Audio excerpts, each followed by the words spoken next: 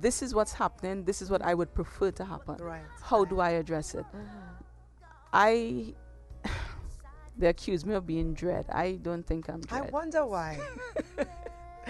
And so a lot of my response would be, leave it alone.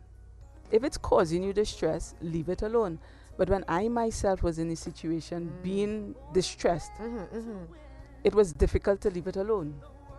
With experience now, I've learned, and it's a song I'm singing these days, not everything that confronts you in life do you need to pick up.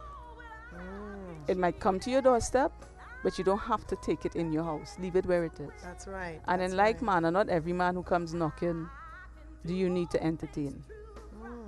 There might be some that will come. It's easy for you to say that. Listen, if this man is supposed to be the man of your dreams, you know, women have this thing about blue eye, blonde, tall, dark hair. That's part of the problem too.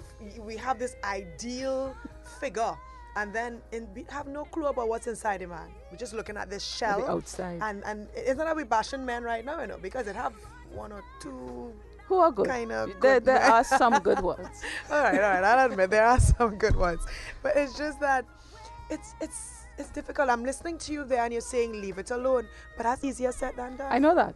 How do you just leave it alone? David encouraged himself in the Lord, and it was that sin is sweet. And I would admit sin is sweet.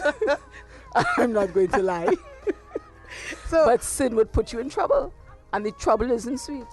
That's right. And that's so right. And there are consequences. Of course. The wages of sin is death. Death. That's what the word said, and there are consequences. Now, the problem is, take for instance, let's get the scenario on the road now. This woman, we touched on it on the last program. This woman, shacked up with this man, has children, decide the man wants to get married. She don't want to get married now. How do we treat with that situation? How can the church help? How can you help? How can I help? What can we tell this woman now she's not working anywhere, she's jobless. So she has to get money to take care of her children and herself. All right? But she doesn't want to marry the man. She didn't think about that before, by the way. No, because before she was in love. But reality has stepped into the picture and she's seen who he is. She's decided she cannot live with him the way he is, and we both know she's not going to be able to change him. So forget that. So what does the word of God say concerning a situation? Now, first to begin with, I know she wasn't supposed to get into the situation, but now girlfriend is in the thing. What can we do to help her? Now, let me say this up front. What the church says and what I may say may be worlds apart. I hope it's not too far apart. But is she willing to put up with him with his faults and allow him to provide for herself and the children?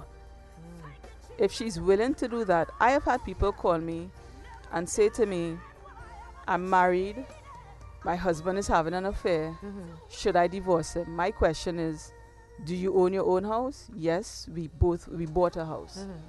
If you divorce him, are you going to get the whole house, or do you have to pay him for the house? Financial distress causes you pressure. Lord. I said to her, if you could live with your husband amicably in the house, live with him amicably in the house. Really? Yes. It's less pressure. Because after you divorce the man, you have to go and find some place to live. You have to pay a rent, provide for yourself, provide for your children, because for some strange reason, outer sight, outer mind. So if he's not around, he's not going to remember that the children need to be taken care of. What about the emotional distress? I mean, that is not easy. I mean, look, to have someone cheat on you, be it your husband, your boyfriend, whoever, it rips you apart, literally rips you apart. And when you divorce him, you're going to go and want another one. Not so? And he's possible going to do the same thing.